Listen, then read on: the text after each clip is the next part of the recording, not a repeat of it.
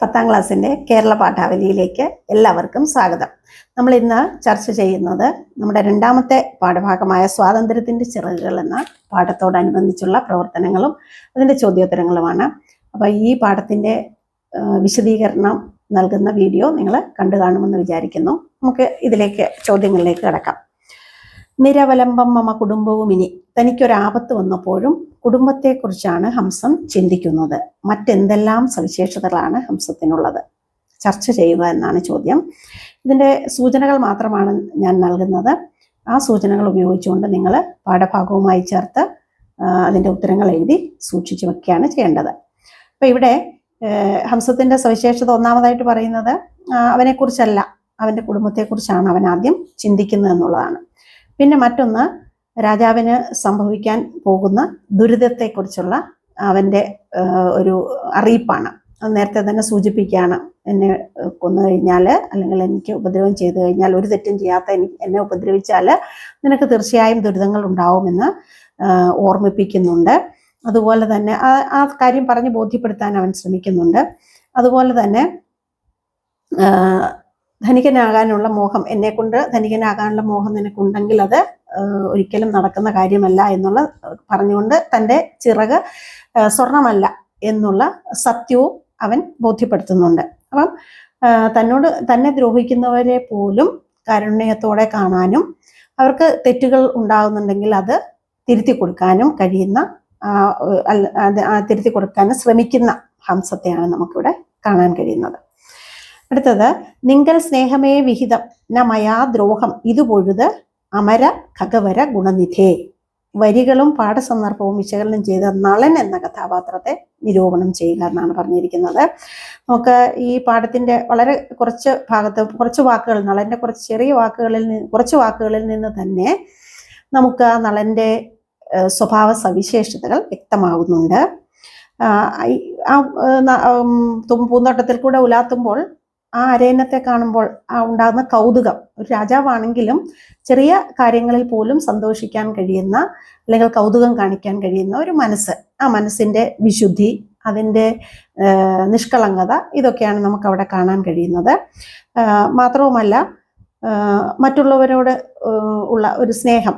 അപ്പൊ ഈ ആപത്തുകളൊക്കെ ഉണ്ടാകും, അല്ലെങ്കിൽ തൻ്റെ അവസ്ഥ ഇതാണെന്നൊക്കെ ഹംസം നളനോട് പറഞ്ഞു കഴിയുമ്പോൾ ആ ഹംസത്തിനോട് ഉണ്ടാകുന്ന ഒരു സഹാനുഭൂതി, സഹജീവി സ്നേഹം, ഇതൊക്കെ നളന് ഈ ഭാഗത്തൊക്കെ, ഈ പാഠഭാഗത്തു നിന്നൊക്കെ നമുക്ക് മനസ്സിലാക്കാൻ കഴിയുന്ന നളന്റെ ചില സവിശേഷതകളാണ്. അപ്പം അതുപോലെ ചെറിയതാണെങ്കിലും, അല്ലെങ്കിൽ എത്രയോ നിസ്സാരമായിട്ടുള്ള ഒരു ജീവിയാണെങ്കിലും അതിനെ സംബോധന ചെയ്യുന്നത് ഓരോ വാക്കുകളും. അപ്പം ആ നളന്റെ ആ സ്വഭാവ രീതിയെയാണ് ആ വാക്കുകളിൽ നിന്ന് നമുക്ക് വ്യക്തമാകുന്നത്. മറ്റൊന്ന്, ദ്രോഹം ഇത് പൊഴുത് അമര ഖഗവര ഗുണനിധേ ഖേദമരുതേ പറന്നിച്ഛയ്ക്കൊത്ത വഴി ഗച്ഛനി. ചില അക്ഷരങ്ങൾ വരികളിൽ ആവർത്തിക്കുന്നുണ്ടല്ലോ, ഇത് കാവ്യഭാഗത്തിന്റെ ചൊല്ലഴക് വർദ്ധിപ്പിക്കുന്നില്ല. അപ്പൊ ഓരോ വരികളിലും എത്ര അക്ഷരങ്ങൾ ഉണ്ട് എന്നതിനെ ആശ്രയിച്ചാണ് അതിനൊരു താളം, ഏത് കവിതയ്ക്കും താളം ഉണ്ടാകുന്നത്. അപ്പൊ ഇത്തരത്തിലുള്ള വരികൾ പാഠഭാഗത്ത് നിന്ന് കണ്ടെത്തി അവയുടെ സവിശേഷതകൾ അവതരിപ്പിക്കുക എന്നാണ് പറഞ്ഞിരിക്കുന്നത്. അപ്പൊ ഒരു താളം എന്ന് പറയുന്നത് എപ്പോഴും കവിതയ്ക്കൊരു ഭംഗി കൂട്ടുന്ന ഒന്നാണ്. അതുപോലെ പ്രാസം, അക്ഷരങ്ങളിൽ ഒരേപോലെ ആവർത്തിച്ച് വരുന്ന, രണ്ടാമത്തെ വരിയിൽ അല്ലെങ്കിൽ രണ്ടാമത്തെ വാക്കിലെ അക്ഷരങ്ങൾ ആവർത്തിച്ച് വരുന്നത്, ഇത്തരത്തിലുള്ള പ്രാസം, ഇത് പലപ്പോഴും ഈ പാഠഭാഗത്ത് നമുക്ക് കാണാൻ കഴിയുന്നതാണ്. അതായത് അനക്കം കൂടാതെ ഇണക്കാമെന്നോർത്ത് ഒന്നാമത്തെ മൂന്നാമത്തെ വരികൾ ഒരേപോലെ വരുന്നു. പിന്നെ ഇണക്കാമെന്നോർത്ത്, ഒപ്പം തന്നെ കനക്കും ശോകം പൂണ്ടെന്നൊക്കെയുള്ള വാക്കുകൾ. അതുപോലെ തന്നെ ജനകൻ മരിച്ചുപോയി, ജനനി തൻ്റെ ദശ, ഇങ്ങനെ അപ്പൊ വാക്കുകൾ ഒരേപോലെ ആവർത്തിച്ചു വരുന്നു. അതുപോലെ മനസ്സി രുചി ജനകം ചിറകുമണി കനകം, ഇങ്ങനെയും വാക്കുകൾ ഒരേപോലെ താളാത്മകമായി വരുന്നതൊക്കെ നമ്മുടെ കാവ്യത്തിന്റെ സൗന്ദര്യം കൂട്ടാനായിട്ട് പര്യാപ്തമാകുന്ന ഭാഗങ്ങളാണ്. അടുത്തത്, ചെറുതും പിഴ ചെയ്യാതോരെന്നെ കൊന്നാൽ ബഹുദുരിതമുണ്ട് തവ ഭൂപതേ. ഹംസത്തിന്റെ വാക്കുകൾ വിശകലനം ചെയ്ത് അവയിൽ തെളിയുന്ന ജീവിത മൂല്യങ്ങൾ കണ്ടെത്തി അവതരിപ്പിക്കാനാണ് പറയുന്നത്. അപ്പം ചെറിയ ഒരു പിഴ പോലും ചെയ്യാത്ത എന്നെ കൊന്നാൽ ബഹുദുരിതമുണ്ട് തവ ഭൂപതേ, അല്ലയോ രാജാവേ, നീ ഇങ്ങനെ ഒരു തെറ്റും ചെയ്യാത്ത എന്നെ കൊന്നാൽ നിനക്ക് വലിയ ദുരിതമുണ്ടാകുമെന്ന സൂചന മറ്റുള്ള നിസ്സാരരായിട്ടുള്ള ആളുകളോട് അല്ലെങ്കിൽ സഹജീവികളോട് സ്നേഹമുള്ളവരായിരിക്കണം മനുഷ്യർ എന്നുള്ളൊരു സൂചനയാണ് തരുന്നത്. അതുപോലെ തന്നെ തെറ്റ് ചെയ്യാത്തവര് ശിക്ഷിക്കേണ്ടി വന്നാൽ അല്ലെങ്കിൽ കൊല ചെയ്യേണ്ടി വന്നാൽ അത് ഭയങ്കരമായ ശിക്ഷ നമുക്കതിൽ ജീവിതത്തിൽ ഉണ്ടാകും, നേരിടേണ്ടി വരുമെന്നുള്ള ഒരു സൂചന നമുക്ക് ഇവിടെ നിന്ന് ലഭിക്കുന്നുണ്ട്. അപ്പം ഇതുപോലെ നമുക്ക് കണ്ടെത്താൻ കഴിയുന്നത് ഒന്നാമത്തെ പ്രധാനമായിട്ടുള്ളത് ഉത്തരവാദിത്വ ബോധം എന്നുള്ള ഒരു കാര്യമാണ് നമുക്കവിടെ കാണാൻ കഴിയുന്നത്. കാരണം തൻ്റെ കുടുംബത്തിൻ്റെ ഏകാശ്രയമാണ് താൻ എന്നുള്ള ചിന്തയോടുകൂടിയാണ് ഹംസം ജീവിക്കുന്നത് എന്നുള്ള വ്യക്തമാണ് അല്ലെ. അവൻ്റെ കുടുംബത്തെക്കുറിച്ചൊക്കെ പറയുമ്പോൾ നമുക്കത് വ്യക്തമാണ്. അപ്പം ഉത്തരവാദിത്വ ബോധം പ്രധാനമായിട്ട്, പിന്നെ കുടുംബത്തോടുള്ള സ്നേഹം അല്ലെ, അമ്മയോട്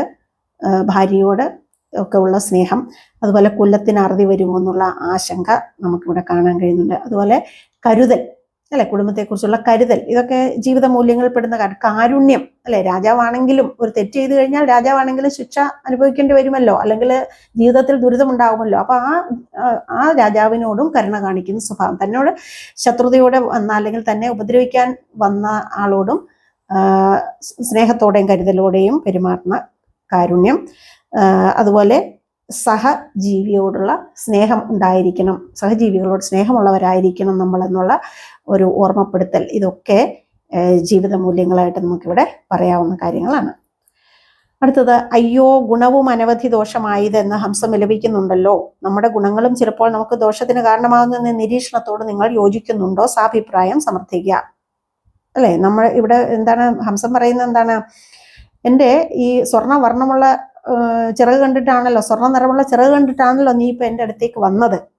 അത് ഗുണമാണ്, പക്ഷെ ഇപ്പൊ എനിക്കത് ദോഷമായി തീർന്നു. അപ്പൊ ഇതൊരു ഇങ്ങനെ ചില ഗുണങ്ങൾ നമുക്കും ഉണ്ടെങ്കിൽ നമുക്കത് ദോഷമായി തീരുന്ന അവസരങ്ങളുണ്ടോ? അങ്ങനെയുള്ള ആരെങ്കിലും നിങ്ങൾ, അല്ലെങ്കിൽ അങ്ങനെയുള്ള എന്തെങ്കിലും നിങ്ങൾക്ക് പറയാനുണ്ടോ എന്നാണ് ചോദിക്കുന്നത്. നമുക്ക് നിരവധി ഉദാഹരണങ്ങൾ നമ്മുടെ ചുറ്റുപാട് നോക്കിയാൽ നമുക്ക് കാണാൻ കഴിയും. നമുക്ക് ചില ആളുകൾ ഭയങ്കര ദാനശീലരായിരിക്കും അല്ലെ.